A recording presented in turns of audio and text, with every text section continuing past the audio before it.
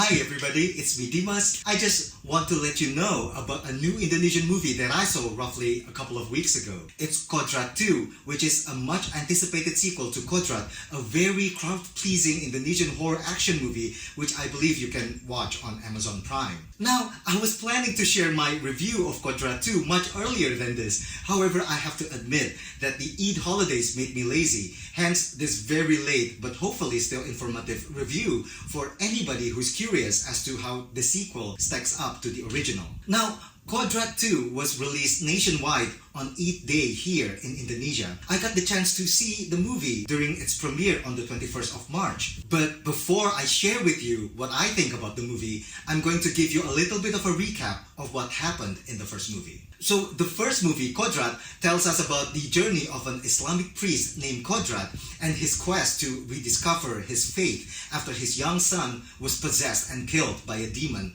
named Aswala. In the first movie, Qodrat, who has a gift of exorcising demons, finally regained his faith when he successfully saved a young boy who was also possessed by the same demon Aswala. At the end of the first movie, we saw a newly reformed Qodrat riding his motorcycle towards the horizon, seemingly on his way toward his next mission. This sequel reveals that his next mission is to find his wife Aziza. Now, there was never a word mentioned about the fate of Qodrat's wife Aziza in the first movie, save for her blurry appearance in a photograph held by Qodrat when he was jailed, supposedly for being falsely accused of murdering his son. However, the new movie reveals that Aziza is not only still alive, but she was actually present during one of the pivotal events in the first movie. Aziza witnessed the killing of her son by the demon Aswala, even after she pledged her allegiance to the demon in a bid to save her son's life. Ridden by guilt, Aziza was institutionalized around the time Qodrat was in jail in the first movie. This sequel reveals that when Aziza was ultimately released from the institution, she tried to visit Qodrat in prison,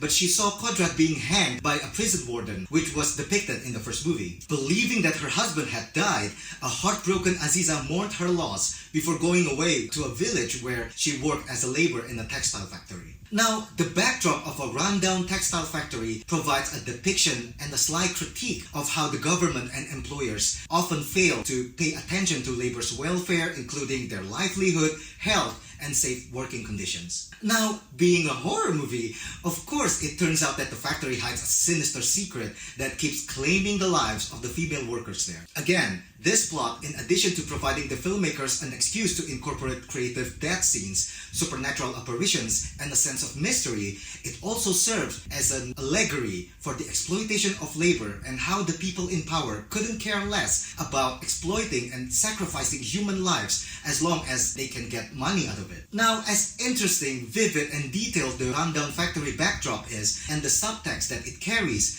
I couldn't help but feel that this subplot about the mysterious factory that demands human sacrifice could have been more intense and ties into the main plot a little better. However, the factory proves to be a fitting place for Qodrat's reunion with Aziza, as well as a visually arresting backdrop for an extended action sequence in the later part of the movie. What I think elevates Qodrat 2 from other Indonesian horror movies is the execution of its main plot, which is Aziza's journey to seek forgiveness from her God for her past sin, namely associating with the devil in a bid to save her son. The depiction of Aziza's internal struggle to find peace is vividly realized and astoundingly performed by actress Acha Septriasa. There are two extended sequences centered around Aziza, who is trying to repent to God, but she couldn't bring herself to recite some of the verses, as if something grabbed a hold of her tongue. Is she bound by her own guilt or by the demon?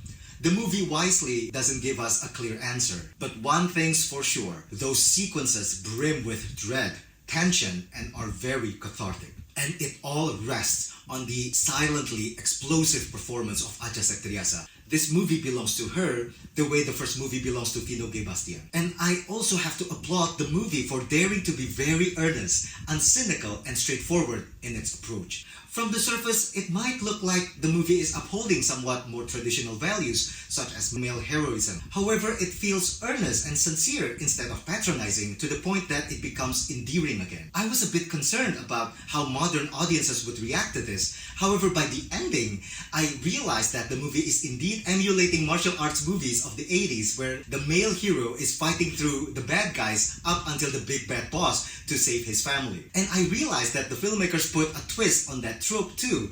Here, the wife is struggling with a fight of her own, albeit not as showy as her husband's, namely the fight to seek forgiveness from her god against the demon's powerful bind, and also self-forgiveness. By the end of the movie, I think people would see that while Qodrat might have helped his wife escape the exploitative factory, it is Aziza herself who saves her own soul by relying on her resilience and strength, which the movie depicts beautifully and is a marvel to watch. I also like that the movie incorporates well-placed humor and physical comedy, especially in the fighting scenes, providing the movie with an overall fun and exciting vibe amidst the horror. For example, I cannot help but smile when seeing our Muslim priest breaks the traditional conventions of a stoic older man of a few words in all white garments into an agile young man who rides his motorcycle into the sunset after exorcising hundreds of possessed laborers while a heroic rock ballad is playing in the background. So yeah, all in all, I enjoyed Qodrat 2 quite a lot. It might not feel as fresh and new as the first Qodrat was, but it offers bigger set pieces, more action and more humor, and one amazing performance by Acha Septriasa in the role of Aziza. And there is also a not so subtle hint that there will be an expansion of the Qodrat universe and callbacks to the first film, which opens up exciting storyline possibilities. All in all, I'm giving Qodrat 2 a 4 out of 5 stars for being a solid sequel that successfully expands on its lore and add more dimensions such as comedy and romance, and especially introducing us to the chilling and victorious journey of self-forgiveness through Aziza, as astoundingly played by Acha Septriasa. So that is my review of Qodrat 2. If you've seen it, let me know what you think of it in the comment section down below. I'm Dimas, until next time.